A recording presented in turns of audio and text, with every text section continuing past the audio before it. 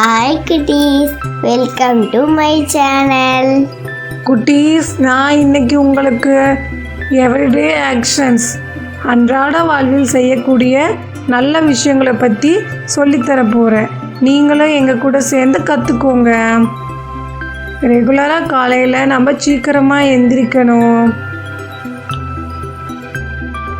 Pillow and பிளாங்கெட்டை fold பண்ண பழகிக்கணும். அதுதான் நல்ல ஹேபிட்ஸ். ஒரு நாளைக்கு நாம் ஒன்ஸ் ஆர் ட்வைஸ் நம்ம டீத்தை நம்ம ப்ரஷ் பண்ணணும். அப்போ தான் நாமளும் ஹெல்த்தியாக இருக்க முடியும், நம்ம டீத்தும் ஹாப்பியாக இருக்கும். எக்ஸசைஸ் அண்ட் யோகா ரெகுலராக செய்யணும் குட்டீஸ். அதுதான் நம்மளை க்ரோத் பண்ணுறதுக்கோ நம்ம மசில்ஸை ஸ்ட்ராங் பண்ணுறதுக்கோ நம்மளுக்கு ஹெல்ப்ஃபுல்லாக இருக்கும். ரெகுலராக செய்யணும் yoga and exercise. Have A shower, நம்ம ரெகுலராக பாத் பண்ணணும். அப்போ தான் நம்ம ஹைஜீனாகவும் க்ளீனாகவும் இருக்க முடியும் குட்டீஸ். கெட் ட்ரெஸ்டு, நாம் நீட்டான ட்ரெஸ்ஸை எப்பயுமே உடுத்திக்கணும். அப்போ தான் நம்ம க்ளீன் அண்ட் ஹைஜீனாகவும் இருக்க முடியும்.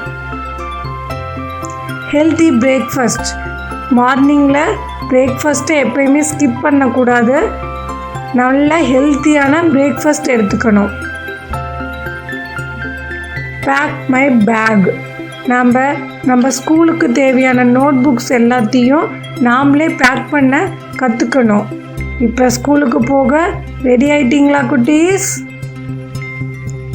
ஸ்கூலுக்கு எப்பயுமே ஸ்கிப் பண்ணாமல் ரெகுலராக நம்ம ஸ்கூலுக்கு போகணும்.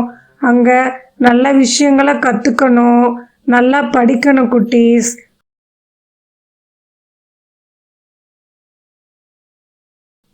ஹாவ் ஏ லஞ்ச் எப்பயுமே ஹெல்த்தியாக இருக்கணும் குட்டீஸ். க்ரோத் பண்ணுறதுக்கோ நம்ம மசில்ஸை ஸ்ட்ராங் பண்ணுறதுக்கோ நம்மளுக்கு ஹெல்ப்ஃபுல்லாக இருக்கும். டூ மை ஹோம்ஒர்க்கை எப்பயும் ஸ்கிப் பண்ணக்கூடாது.